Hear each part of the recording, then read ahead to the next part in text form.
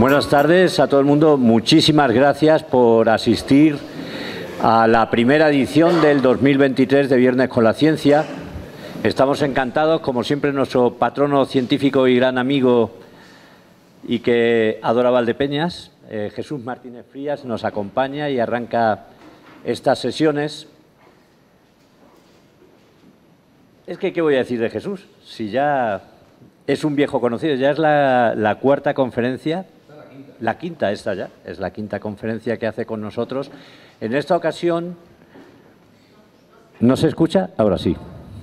Bueno, tampoco es importante lo que yo tengo que decir, con lo cual no os habéis perdido mucho. Bien, tan solo pues reconocer en toda la valía a Jesús.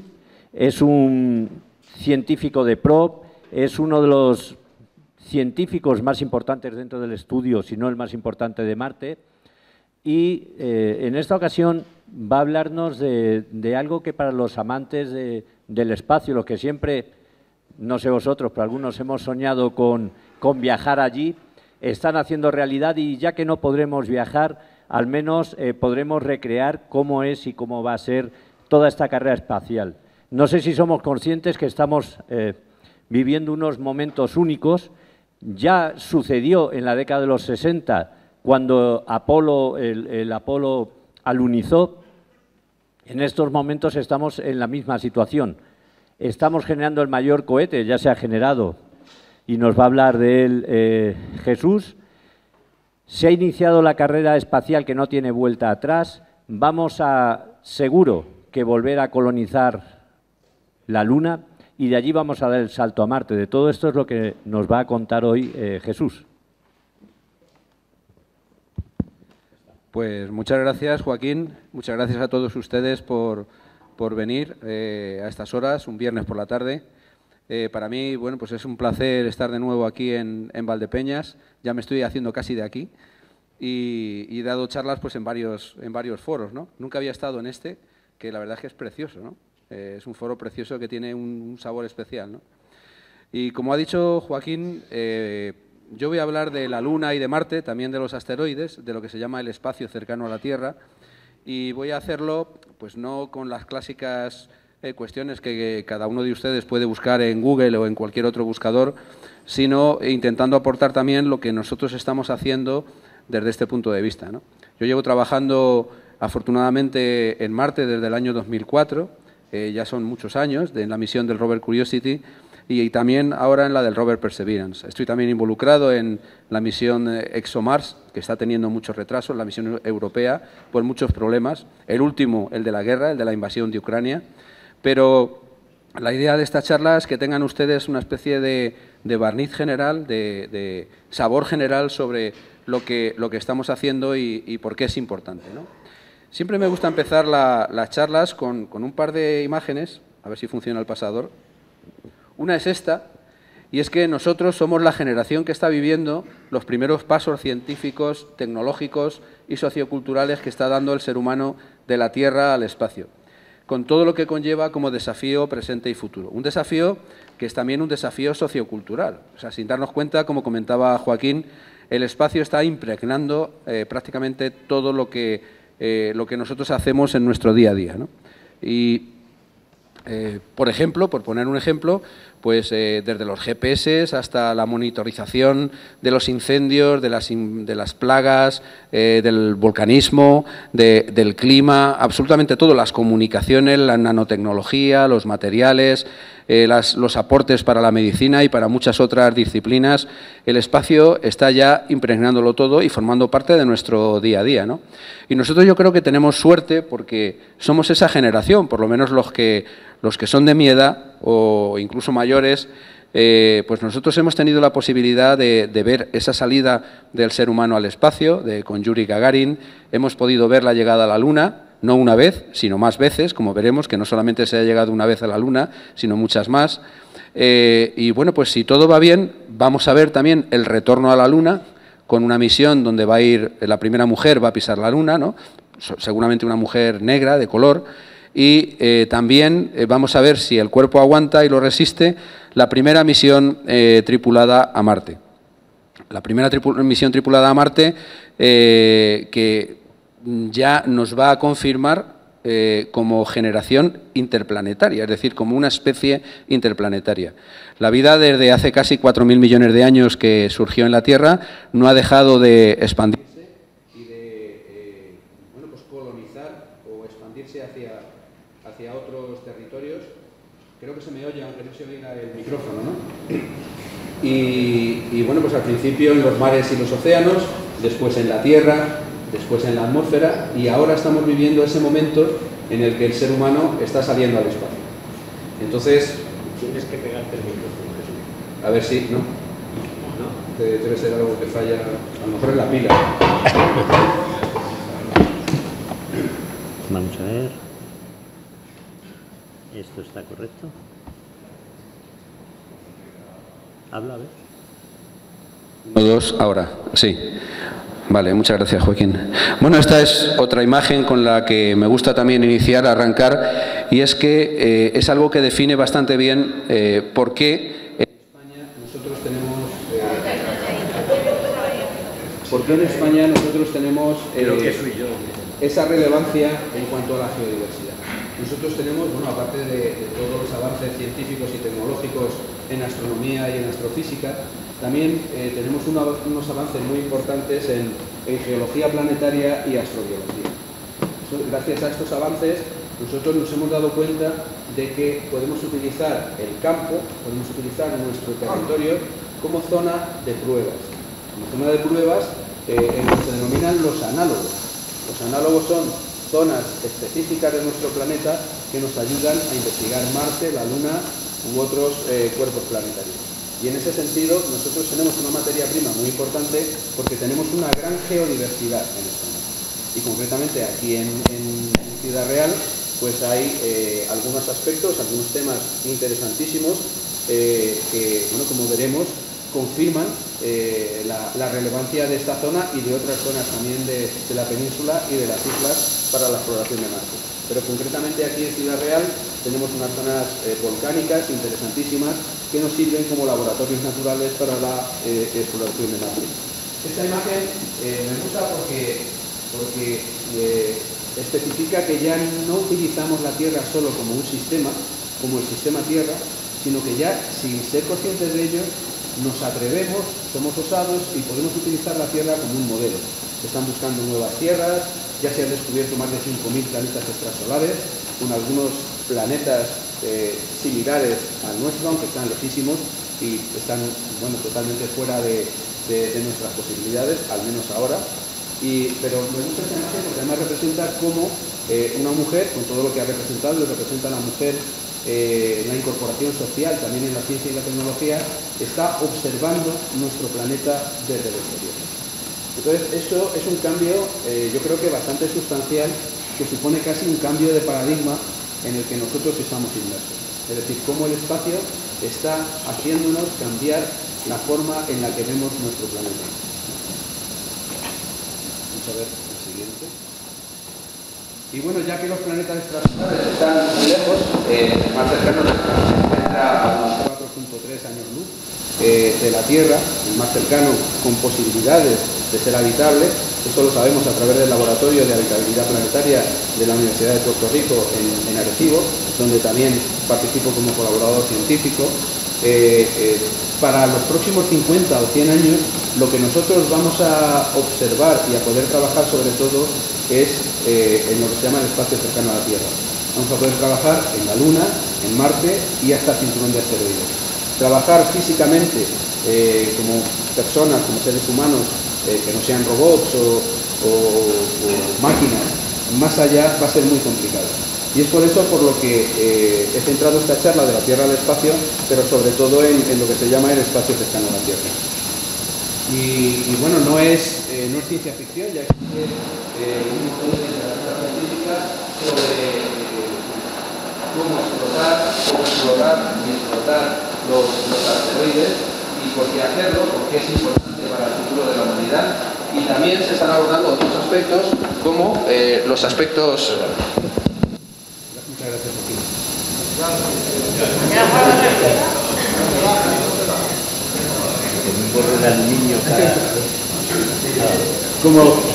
Como los aspectos incluso también éticos y bueno, pues existen muchos trabajos sobre derecho espacial, medicina espacial, ética espacial.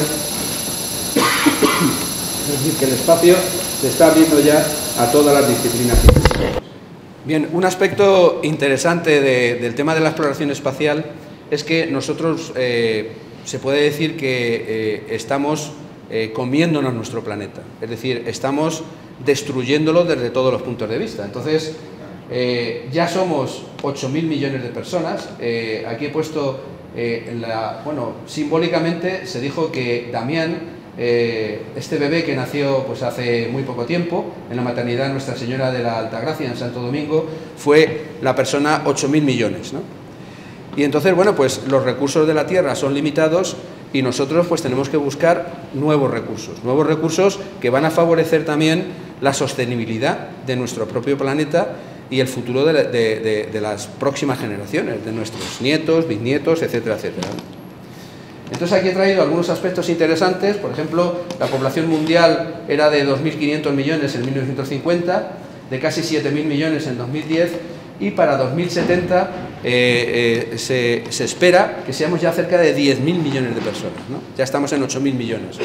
Y claro, este crecimiento exponencial pues tenemos que intentar equilibrarlo también con ese consumo de los recursos, porque nosotros estamos consumiendo nuestro propio planeta, estamos contaminando la atmósfera, estamos contaminando los ríos, los acuíferos, el suelo, estamos esquilmando las especies, y también el espacio, de alguna forma, es una manera de salir a buscar esos nuevos recursos que nosotros necesitamos, ¿no?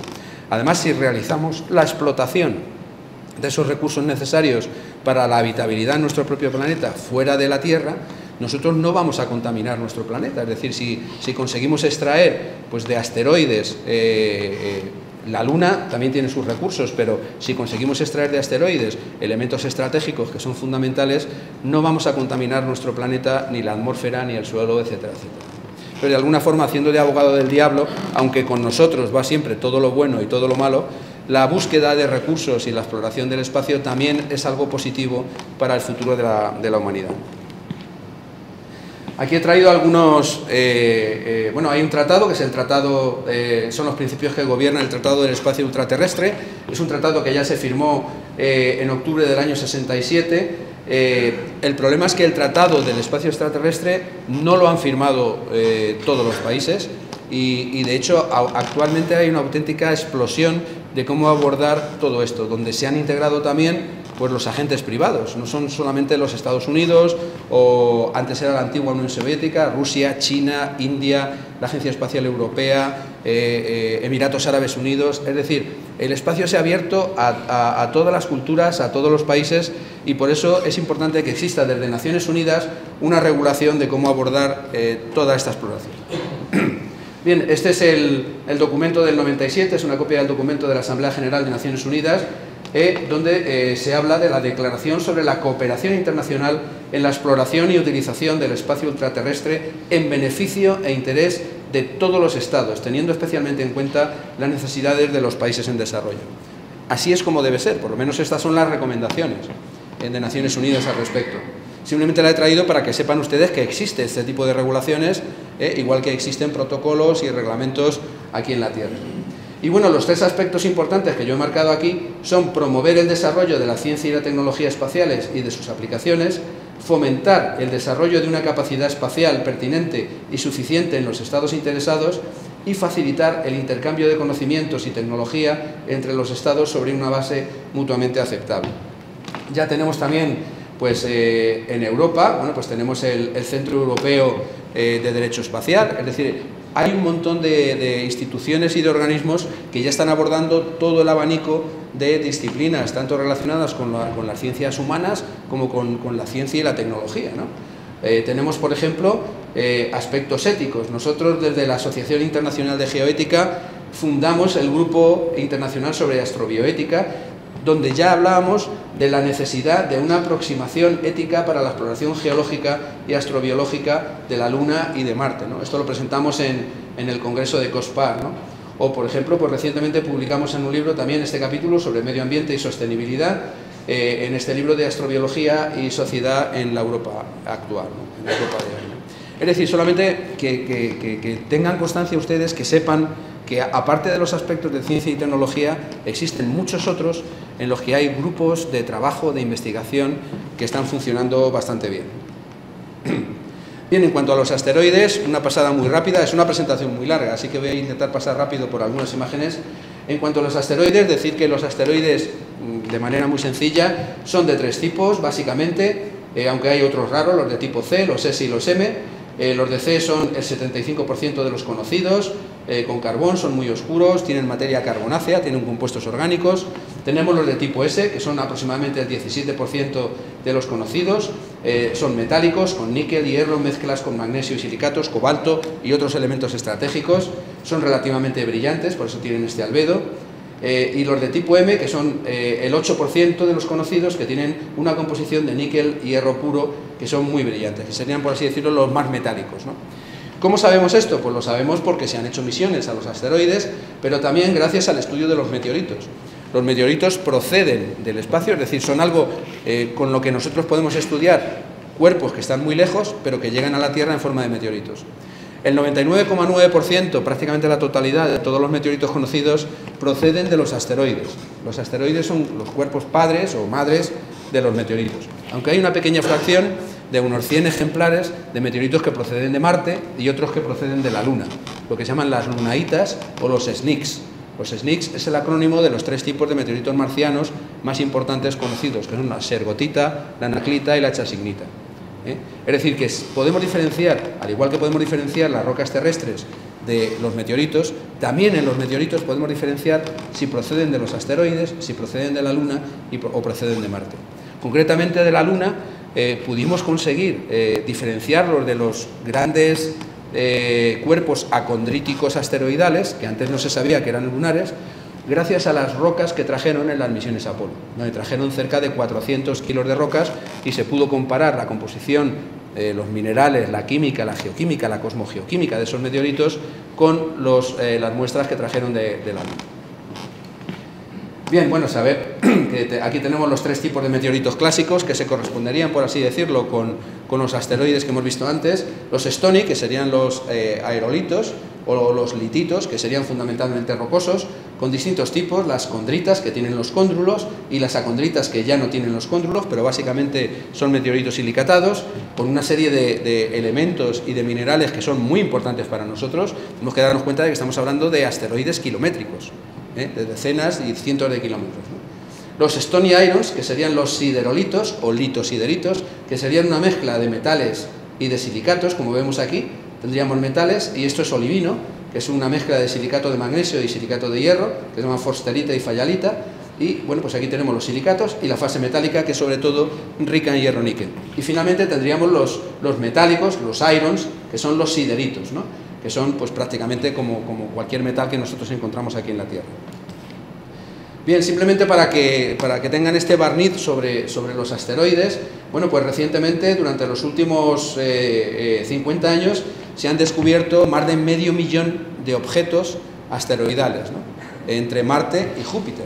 Es decir, bueno, pues estos objetos son importantes no solamente por los recursos que encierran, sino también por su importancia para el origen y la formación de la Tierra y otros planetas, y porque trajeron los elementos cuando se produjo lo que se llama la acreción planetaria, la formación de los planetas en el origen de esa nebulosa solar primitiva, hace casi 5.000 millones de años. Los meteoritos fueron los asteroides y los cometas los que, chocando unos con otros, fueron acrecionando, formando cada vez objetos de mayor tamaño y consolidando esos planetas, ¿no? Eso es lo que se llama la acreción de planetesimales. Los meteoritos son los objetos más parecidos a esos planetesimales que formaron la Tierra y, por lo tanto, tienen una importancia científica crucial.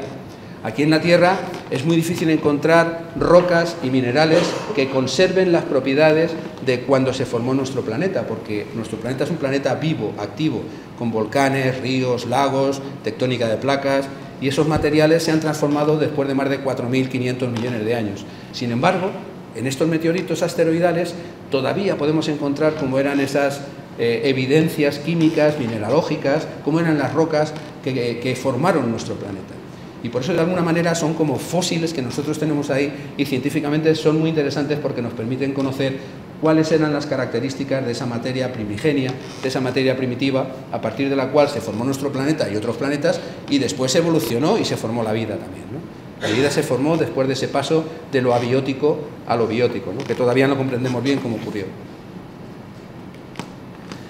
Bien, aquí tenemos algunas misiones, ya hemos hecho misiones a asteroides y ya sabemos mucho mejor cómo podemos correlacionar esos meteoritos con los distintos tipos de asteroides. Esta la traigo porque me gusta, que fue una experiencia muy interesante. Yo tuve la oportunidad en el año 2002 de participar en un vuelo de la NASA para estudiar la tormenta de las Leónidas. No salimos al espacio, es decir, no soy astronauta de verdad, pero 40 científicos de todo el mundo pues pudimos participar en 2 aviones, en un vuelo de la NASA y otro de la Fuerza Aérea de Estados Unidos, para estudiar la tormenta de las Leónidas, que como seguramente saben, son partículas de hielo fundamentalmente que proceden del cometa Tempel-Tattel, la lluvia que se produce en noviembre, ¿no? Estas estrellas fugaces que vemos, ¿no?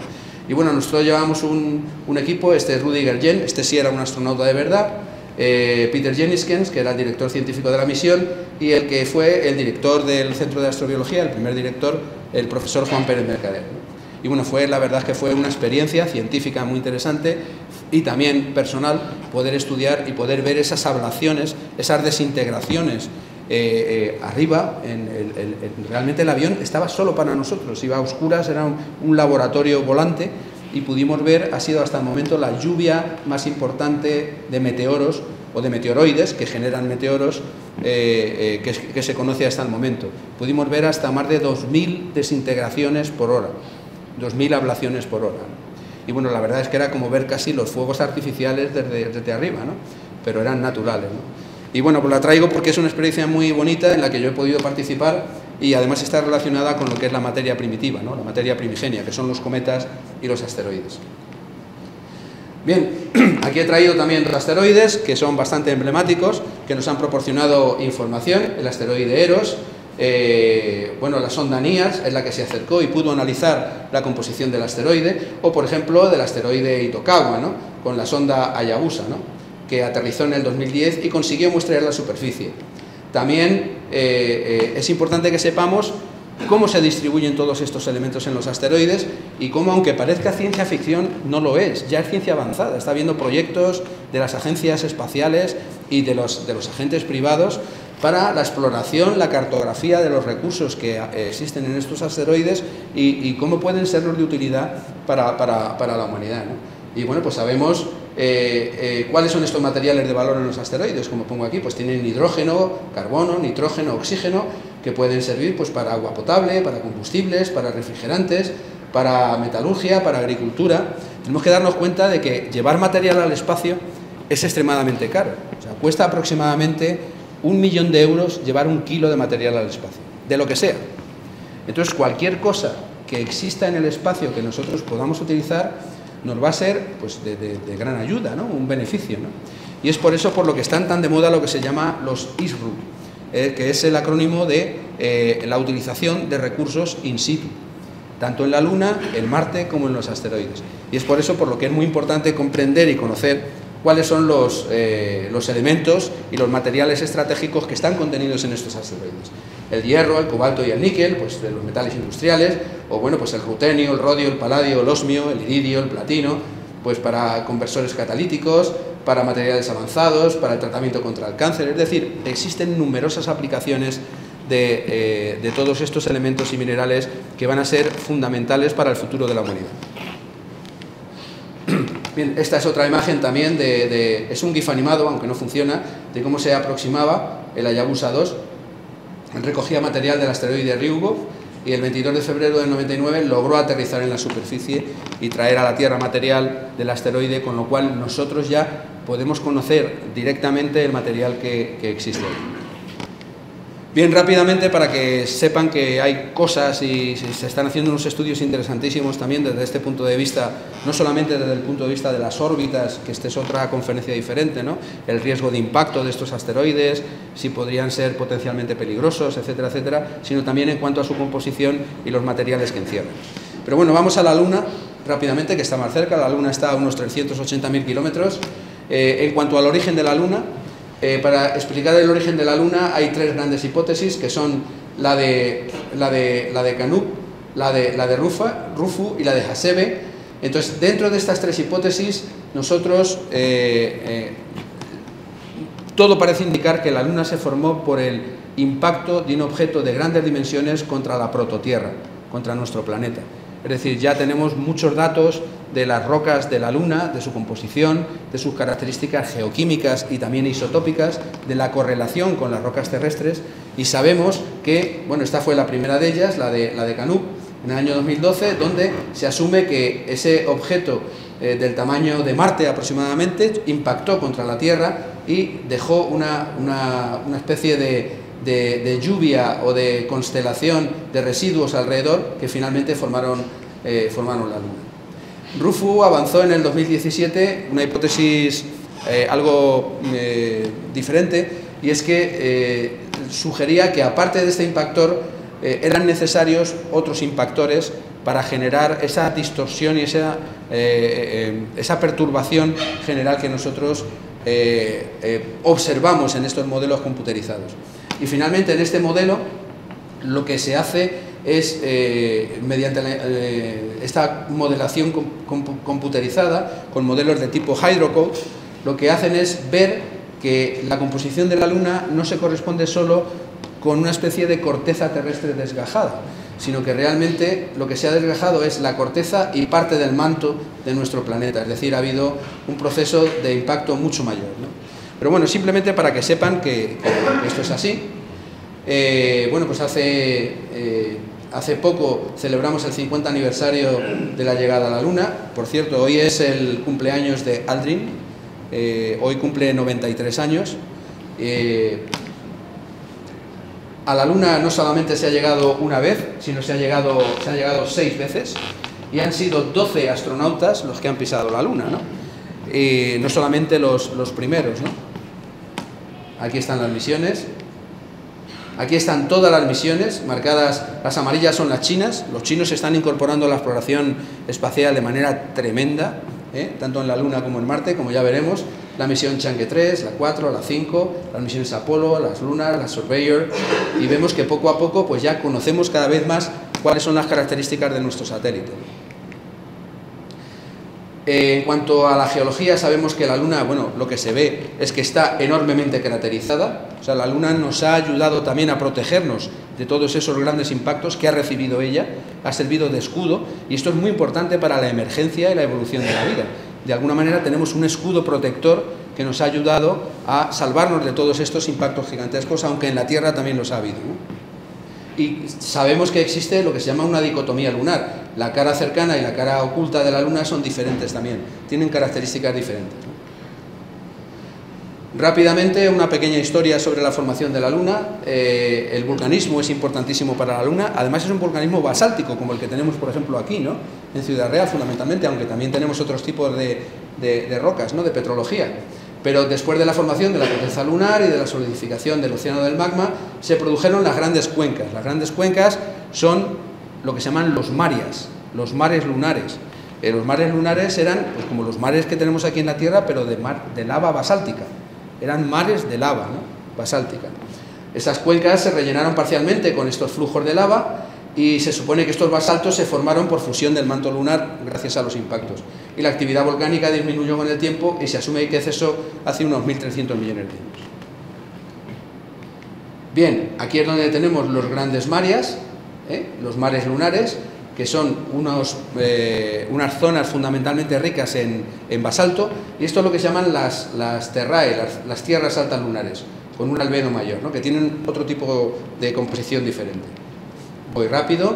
Aquí tenemos algunas zonas volcánicas lunares, el Mare Imbrium, flujos compuestos, lo que llaman los rieles sinuosos, tubos de lava, estructuras muy parecidas a las que nosotros encontramos aquí en la Tierra, en algunas zonas, con domos, conos de escorias, como estos pequeños que vemos aquí, que recuerdan a algunos pequeños volcanes que hay aquí en Ciudad Real.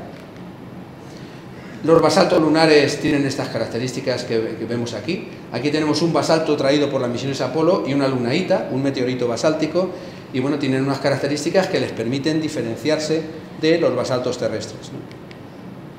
Estas son las muestras vistas al microscopio. Estos son minerales, estos serían plagioclasas, olivinos, piroxenos, básicamente silicatos es la composición de estas rocas.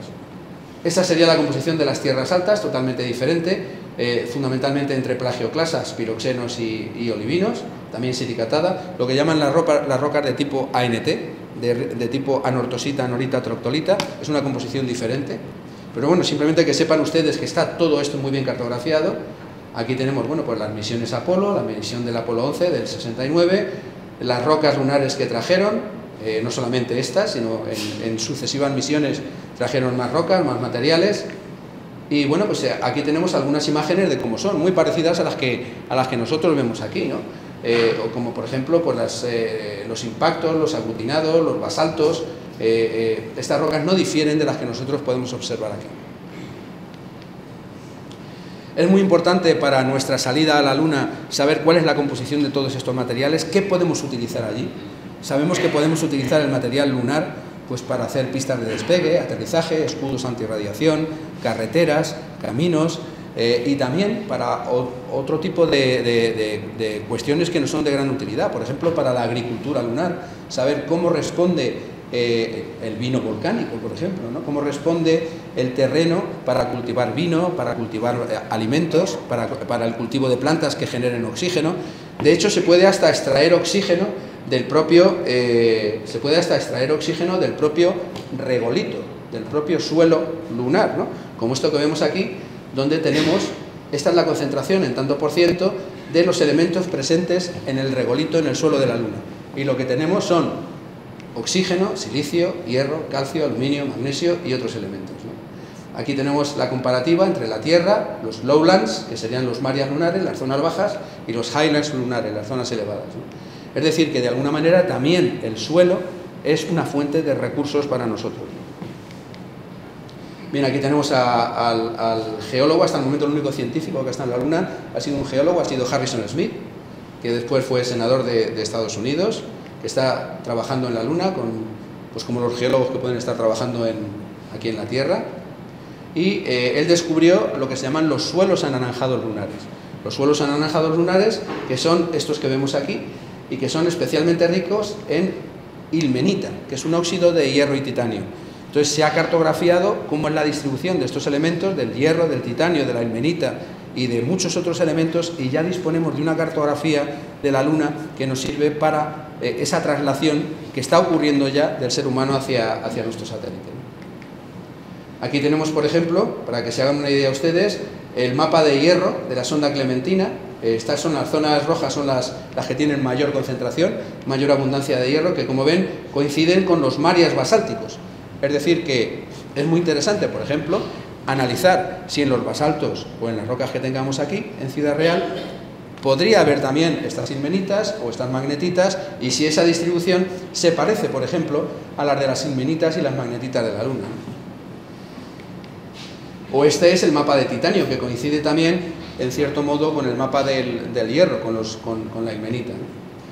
Bueno, pues también tenemos helio 3. El helio 3 es una cosa importantísima que ha dejado depositada el viento solar. El viento solar, como la Luna prácticamente podemos decir que no tiene atmósfera o que es extremadamente tenue, ha dejado depositado en la superficie del regolito hidrógeno y helio, que algunos autores han propuesto que podría utilizarse también para aportar energía no solamente a esa base semipermanente, sino a la Tierra. Bien, estas son otras cuestiones que han aparecido recientemente. Esto es del año 19, muy recientemente se ha descubierto que debajo del polo sur de la Luna, de una cuenca de impacto que se llama la cuenca de Aitken, una cuenca impactogénica enorme que hay en el polo sur, pues por debajo se ha descubierto una gigantesca masa metálica por debajo de la Luna. No se sabe realmente a qué puede deberse. Algunos autores han propuesto, bueno, en este artículo de Geophysical Research Letters, han propuesto que podría ser el propio impactor, uno de los fragmentos que ha penetrado, que era metálico y que ha penetrado y que se puede observar después con el Grail, con la sonda que lo ha descubierto, mientras que otros indican que podría ser simplemente un proceso de diferenciación del manto de la Luna, en el que ha dejado por un lado la parte de silicatos y por otro lado la parte metálica, de manera que en la Luna quedarían zonas metálicas de inmiscibilidad o de diferenciación de ese manto rico en silicatos o rico en metales. Bueno, estas serían aplicaciones de los volátiles lunares, el hidrógeno, el helio, aquí tienen distintas aplicaciones, por el tema de ISRU para la habitabilidad. Y sobre todo también habría un compuesto que es fundamental y que es un recurso de habitabilidad, que sería el agua. Aquí está cartografiada el agua en la Luna. Aquí sabemos que la abundancia puede variar en 200 partes por millón en un día lunar. Y bueno, pues sabemos que además en la Luna hay 3 tipos de agua, o 3 tipos, no agua líquida, pero sí hay hielo de agua. En la Luna existe un hielo de agua que son partículas nanométricas muy pequeñitas que están atrapadas de cuando se formó nuestro satélite y han quedado atrapadas, que son de hace 4.000 millones de años. Eso sería un hielo que está disperso en todo lo que es la superficie y también por debajo. Tendríamos otro tipo de hielo que es el que dejan los cometas cuando pasan cerca de la Luna, ese hielo cometario, que no sería un hielo autóctono lunar, sería un hielo alóctono, pues ha quedado atrapado en algunas zonas de cráteres y también se puede utilizar como recurso. Y recientemente se ha descubierto una cosa que es sorprendente, y es que se está formando actualmente hielo de agua en la Luna. Y se está formando por la interacción del viento solar, que es un viento sobre todo de hidrógeno y de helio. Al interaccionar el hidrógeno del viento solar con el oxígeno de los óxidos y los silicatos que tiene el regolito, el suelo de la Luna. Y se están formando nanopartículas de hielo actualmente. Entonces es una cosa sorprendente también. Pero bueno, en la Luna sabemos que hay agua, poca, pero hay. Bien, en cuanto a Artemis, ya llegamos a la misión Artemis. Bueno, pues aquí tenemos este texto que he puesto aquí, que nos encontramos en un momento crucial. Aquí tenemos el tweet de la NASA, donde ya decía que íbamos a regresar a la Luna con la misión Artemisa. Como saben ustedes, si han seguido las noticias, pues ha habido ciertos retrasos, pero parece que el proceso está en marcha. Esto es lo que se llama el gateway de configuración, el concepto de configuración del gateway lunar. Una de las cosas importantes, yo creo que hay que tener en cuenta, es que esta exploración de la Luna o esta salida a la Luna conlleva una colaboración no solamente científica internacional o interdisciplinar, sino también una colaboración a efecto de los países. Es decir, está contemplada la NASA, la Agencia Espacial Europea, los japoneses, Canadá. Bueno, Rusia ahora, pues las cosas no es que estén muy bien, pero estaba contemplada la participación de Roscosmos también, ¿no? Y bueno, pues este es el plan de la NASA para regresar a la Luna. Este es el pequeño retraso que ha habido. Este era el programa inicial. En agosto del 22, el vuelo de prueba, y en el 24, es decir, estamos hablando ya, tendríamos Artemis II, que sería la primera tripulación de órbita lunar sin aterrizaje. En el final del 24, lanzamiento de los primeros elementos del Gateway lunar, la estación no sería utilizada, y en el 25 ya tendríamos la misión Artemis III con aterrizaje humano en la Luna, lugar de exploración el Polo Sur. Es decir, que estamos hablando de algo que es inminente, estamos hablando de un par de años. Puede haber un retraso que pueda ser 1 año o 2 años más, pero es algo que si todo va bien lo vamos a poder ver, ¿no? Vamos a poder ser testigos de todo este proceso. Esta es la imagen del despegue de Artemis el 16 de noviembre, un pequeño retraso desde agosto a noviembre por esos problemas que había de escapes en el cohete. Y estas son las zonas donde se ha propuesto que podría ser el aterrizaje, y no solo el aterrizaje, sino el establecimiento de la futura base semipermanente lunar. Igual que tenemos la Estación Espacial Internacional o tenemos estaciones en el Ártico, en la Antártida, pues tendremos también una estación, una base semipermanente en la Luna, poco a poco, ¿no? Y estas son las zonas, ¿no? La zona de Shackleton es una de las zonas en las que se ha propuesto. Estas son zonas donde se ha encontrado hielo de agua, ¿no? Entre otros aspectos, en el polo sur de la Luna. Esta sería la zona del polo sur lunar. Este sería el cráter Shackleton, que es una de las zonas más candentes desde el punto de vista de la exploración. Aquí tenemos un comparativo del cráter Shackleton frente al Gran Cañón, para que estén en cuenta ustedes del tamaño, de la envergadura que tiene este cráter, ¿no? Y bueno, pues tenemos una serie de elementos importantes como la iluminación. No vamos a tener que aportar energía, tenemos iluminación prácticamente todo el año. Es decir, que se han estudiado todos los factores. A mí, por ejemplo, me han subcontratado para definir una ruta lunar aquí en España. Es decir, que existe financiación para saber cómo se movería un rover con las distintas pendientes, dependiendo del distinto tipo de suelo, cómo recogería las muestras, cómo se podría realizar el estudio, etcétera, etcétera. Bien, estos son algunos, bueno, esto es un trabajo que hicimos en el año 2005, donde ya proponíamos nosotros, a través de un estudiante, de José Luis Fernández Avellán, en la Escuela de Ingeniería de Minas, ya proponíamos el polo sur de la Luna en el año 2005, aquí en España, y bueno, pues con una serie de establecimientos modulares y cómo podría ser esa explotación.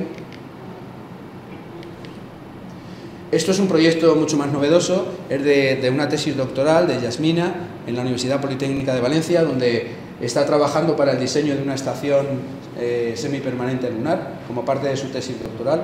Va a ser la primera tesis doctoral en España sobre arquitectura lunar y planetaria. Y de hecho ella además está haciendo una cosa muy interesante, y es consultando a astronautas reales que han estado en el espacio para que desde distintas perspectivas le digan a ella como arquitecta de qué manera puede distribuir los espacios de la mejor manera posible, ¿no? Pues a médicos, a ingenieros, a expertos en materiales, etcétera, etcétera.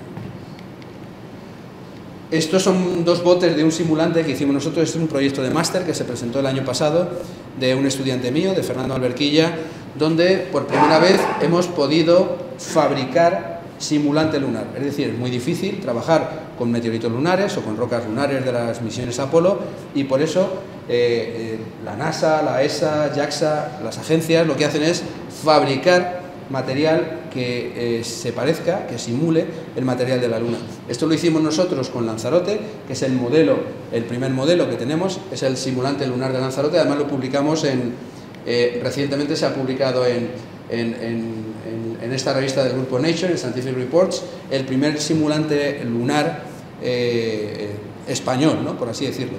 En conjunto no debe haber más de 10 en todo el mundo, ¿no?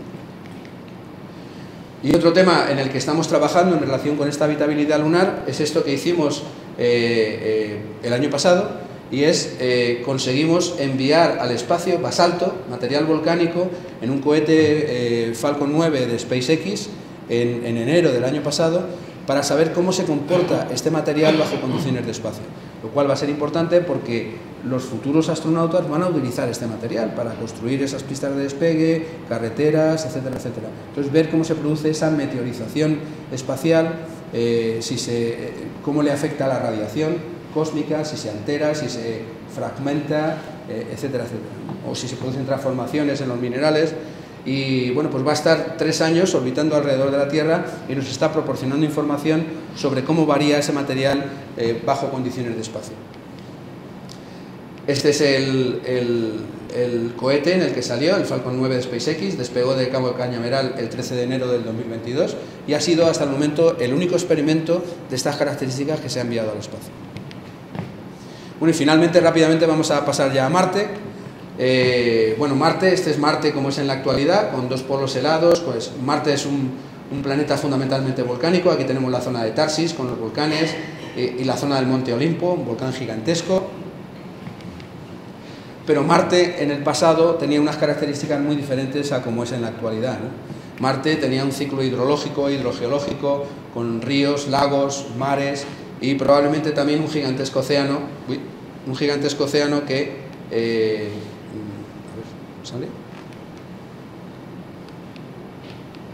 Ahora, que cubría todo lo que es el hemisferio norte. Aquí tenemos un modelo, un esquema de cómo podría ser esta zona volcánica, con actividad hidrotermal, con minerales hidrotermales, y cómo se ha producido esa transición en la que Marte ha perdido su vitalidad geológica, ha perdido su campo magnético, y el viento solar ha ido barriendo la atmósfera hasta dejar un objeto residual que no está muerto del todo desde el punto de vista geológico, porque todavía hemos visto y hemos podido detectar que existe actividad geológica en Marte. De hecho, ha habido un artículo reciente de la semana pasada donde hablan de actividad volcánica, incluso en tiempo muy reciente en Marte, ¿no? Lo cual es un descubrimiento interesantísimo. Para que se hagan una idea, aquí he proyectado sobre la península como el tamaño del Monte Olimpo, del Olympus Mons, para que vean la envergadura de estos volcanes marcianos.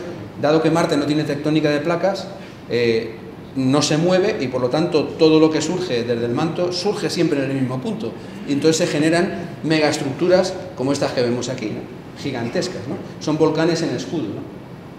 Pero también hay volcanes pequeñitos como los que tenemos aquí en la zona de Ciudad Real, en la zona de Calatrava, ¿no? Muy interesantes, ¿no? Hidrovolcanes, y hay volcanismo freatomagmático también. Bien, poco a poco vamos conociendo esa geodiversidad de Marte, la cartografía cada vez más compleja, las rocas de Marte, fundamentalmente basálticas, aunque no solo, también tenemos rocas con otras características. Sabemos ya algunos minerales que existen en Marte, algunos de ellos muy interesantes porque están relacionados con el agua o tienen agua en su propia fórmula estequiométrica, como estas sales que vemos aquí. Están cartografiados, por ejemplo, aquí, este es un mapa global de minerales hidratados, un mapa global de Marte. Aquí tenemos, por ejemplo, pues en rojo los filosilicatos, en azul los sulfatos y en amarillo otros minerales hidratados. Es decir, que de alguna manera también vamos teniendo una cartografía, igual que la que teníamos en la Luna, en Marte, que nos va a ayudar para esas futuras misiones tripuladas, ¿no? Aquí tenemos estas zonas con yeso, como el que tenemos aquí, por ejemplo, ¿no? O con minerales de la arcilla, carbonatos, cloruros, suelos ricos en sílice, en este caso es del cráter Gusev, donde hay ópalo, por ejemplo. Este es el rover Curiosity, con el que yo me incorporé en el año 2004 a la misión. Es un rover espectacular de 3 metros, para que vean la escala. Esta es una persona, no es nada de un cochecito pequeño, es un auténtico ingenio, ¿no? Con 80 kilos de instrumentos científicos miniaturizados. Este es el rover, los llaman rover geólogos, trabajando el rover Curiosity en el campo, con todas las tormentas de polvo, como se ha hecho este selfie, ¿no? Con todas las cámaras, ¿no?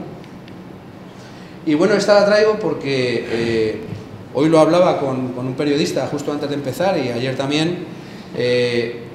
No hay mucha gente que sepa que el único sitio de España donde se han probado instrumentos y sensores que son prototipos de los que ahora hay funcionando en Marte ha sido aquí, en Ciudad Real.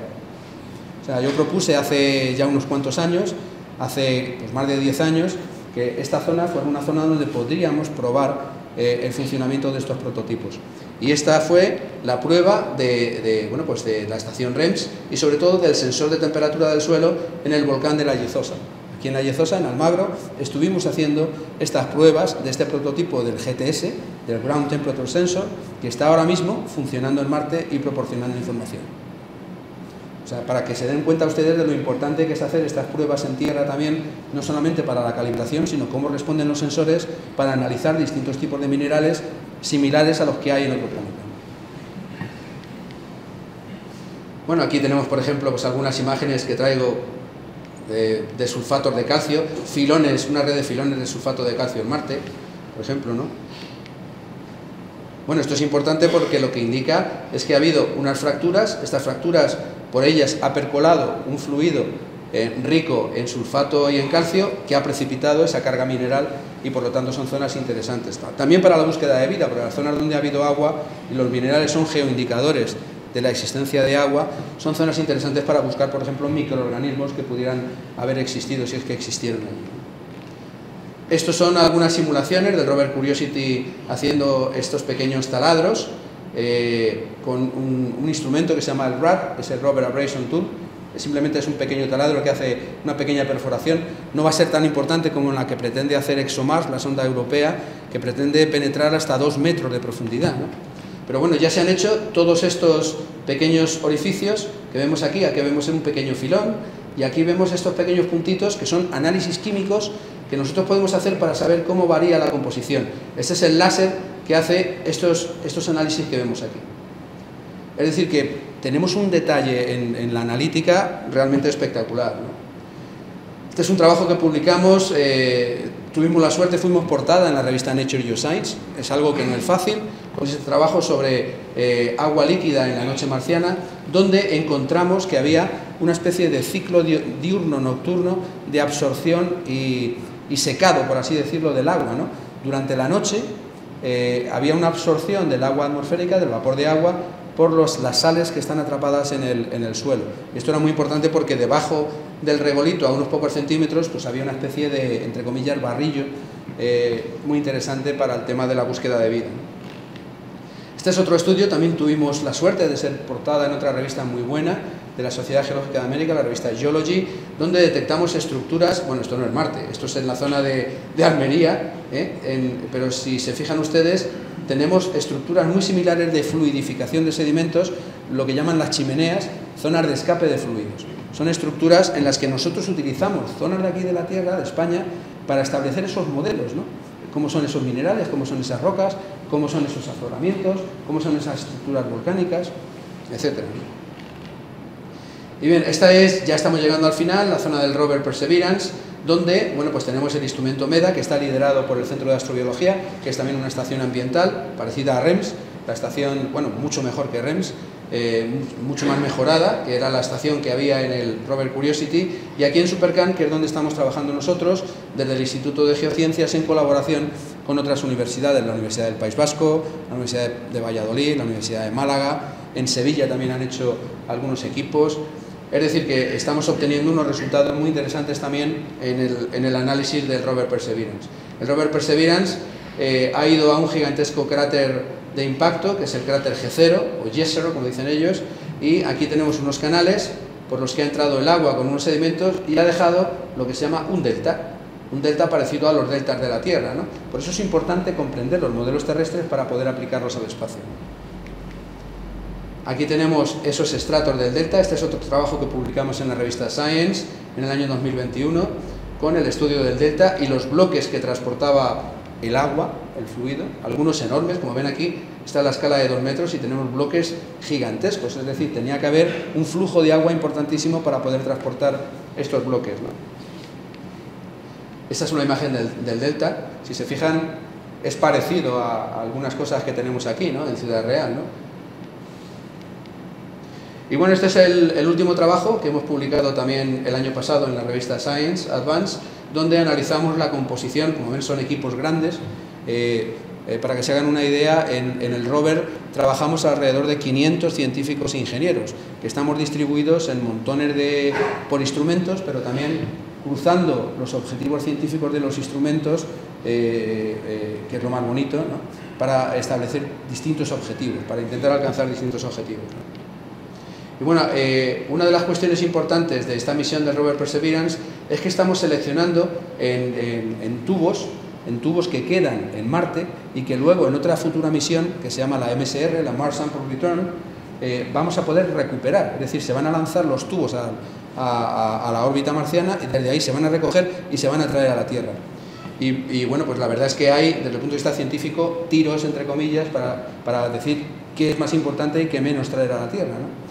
Y bueno, pues aquí tenemos ya pues muestras seleccionadas que forman parte de estos tubos. Son pequeños tubos, en total son 43, pero son 38 los efectivos. Aquí es donde se ha dejado ya el tubo con la muestra. Esto es una foto real sobre la superficie de Marte. Esto también es una foto real en Marte. Y esta es la idea, es lanzar una cápsula y esa cápsula va a llegar a la órbita marciana y de ahí se va a recoger, se va a recuperar y se va a traer a la Tierra. Simplemente decir que para que vean este interés científico que hay en relación con el espacio, de la Tierra al espacio, que es el objetivo de esta charla, bueno, pues en el año 2021 llegaron misiones a Marte de países tan lejanos desde todo el punto de vista cultural como Emiratos Árabes Unidos, con la misión Hope, que es esta es una foto de la misión Hope, de la zona de Tarsis, o por ejemplo la Tianwen-1 de China, también en el año 21, ¿no? O sea, China, Estados Unidos, y por eso se habla del 2021 como el año de Marte. Fue el año que llegaron 3 misiones al planeta rojo, ¿no? Esta es una imagen. La verdad es que los chinos nos dan mucha información, ¿no? Son bastante discretos en ese sentido y es muy difícil, aunque nosotros estamos colaborando con ellos en algunos temas, ¿no? Pero este es el rover chino, es el rover Zhurong, no es el rover Perseverance, es el rover Zhurong, que funciona pues con grandes paneles solares. No es un rover pequeño tampoco, es un rover de grandes dimensiones. Y este es el futuro rover que está preparado de la misión de la Agencia Espacial Europea, el rover Rosalind Franklin, de la misión ExoMars, que esperemos que todo acabe pronto en cuanto a la invasión y la guerra, se pueda reconducir todo el tema internacional de colaboraciones y podamos sacarlo adelante. Y bueno, simplemente para terminar, en colaboración y en conexión con algunos planes que tenemos para realizar aquí, en colaboración sobre todo con Quixote Innovation, con Joaquín, es el trabajo que venimos realizando en Lanzarote, que es uno de los análogos muy interesantes. Es un modelo de análogo que nosotros queremos aplicar aquí y luego queremos extraer nuestro propio análogo de aquí, de la zona de Ciudad Real, ¿no? Nuestro propio modelo, pero este es un proyecto muy interesante en el que también existe un curso de instrucción de astronautas. El curso se llama Pangea. Bueno, pues yo tengo la suerte de poder participar en este curso. Hasta el momento soy el único instructor español desde hace 5 años. Ya ha habido 5 ediciones y es el Planetary Analog Geological and Astrobiological Exercise for Astronauts, que es el acrónimo de Pangea. Y bien, aquí tenemos algunos trabajos en la zona volcánica. Este es el señor Pedro Duque. Antes de que fuera ministro también participó como estudiante o como alumno del curso y es un análogo. Bueno, aquí lo que hacemos es trabajar en los tubos de lava. Este es Matías Maurer, esta es Samantha Cristoforetti, y en el laboratorio de geociencias del instituto nuestro, del Instituto de Geociencias, pues realizamos ensayos como si estuviéramos en la Luna o en Marte. Bien, hemos publicado algunos trabajos interesantes en este sentido. Y bueno, espero que les ha sido algo muy rápido, pero quería que tuvieran una visión general de todo lo que estamos haciendo en relación con la Luna y con Marte, y cómo desde España podemos trabajar pues, en primera línea, ¿no? En primera línea, y no tenemos por qué hacer unas inversiones extraordinarias, sino que tenemos las zonas de campo, las zonas de trabajo aquí que nos permiten hacerlo, ¿no? Hacerlo bastante bien, ¿no? Muchas gracias por su atención.